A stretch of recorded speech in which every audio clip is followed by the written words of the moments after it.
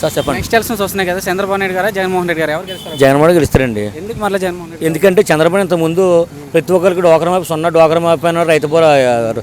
తర్వాత వచ్చేసి రైతు భరోసా పూర్తిగా మాఫీ చేస్తానని చెప్పన్నాడు. పట్టలు ఇచ్చాడు. పట్టలు ఇచ్చిన తర్వాత ఎవరికి ఏం న్యాయం చేయలేకపోయాడు.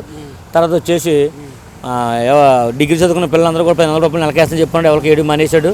అందువల్ల ఆయన మీద నెగిటివ్ థాట్ ఉంది కాబట్టి చంద్రబాబు మీద అసలు అవకాశం లేదు. జగన్మోహన్ రెడ్డి చెప్పినాడు అన్ని విధాలుగా ఏదైతే చెప్పాడు అదే విధంగా అన్ని కూడా అకౌంట్లు వేస్తున్నారు. ఎవరో కూడా జనభూమి కమిటీ లేదు, ఆ కమిటీ లేదు, ఏ కమిటీ లేకుండా ఈయన డైరెక్టర్గా వాలంటీర్ వ్యవస్థ తీసుకున్నాడు.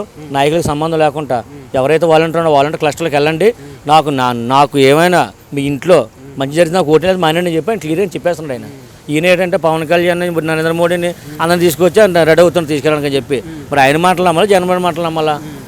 అది మరి 175 వస్తా అంటున్నారు జగన్మోహన్ రెడ్డి గారు, వస్తే 100% వస్తాయండి. 100% వచ్చింది. ఎందుకంటే జనాలు మొత్తం నమ్మున్నారు ఆయన కోసం. అయితే ఇంకోటి అంటే ఆయన ఇంకా మేనిఫెస్టో అవ్వలేదు. మేనిఫెస్టో ఇచ్చేలాగా ఉంటే అది 100% కూడా మేము క్లియర్ చెప్పగలుగుతాం. జగన్మోహన్ చంద్రబాబు నాయుడు వస్తే ఎక్కువ ఇస్తా ఉంటున్నాడు ఇంకా పథకాలు. ఇస్తే పొమ్మని చెప్పండి. ఎక్కడికో హైదరాబాద్ కరోనా టైంలో 2 సంవత్సరాలు కరోనా వచ్చింది. ఒక ఏదో కనపల్లి టీడీపీ ఎదవా. ఈ జగన్మోహన్ రెడ్డి ఊరు తిరిగి అన్ని తిరిగి మన సంఖ్యలాగా నుంచి పాపం బోలు పథకాలు ప్రవేశపెట్టి అన్ని చేసిన వాళ్ళకి మన బోలు వరదలు వచ్చాయి. బోలు ప్రవేశపెట్టాడు. ఇది కనపల్లి వాళ్ళు వచ్చేసి ఏం చేస్తారండి వాళ్ళు వచ్చి. Thank you sir.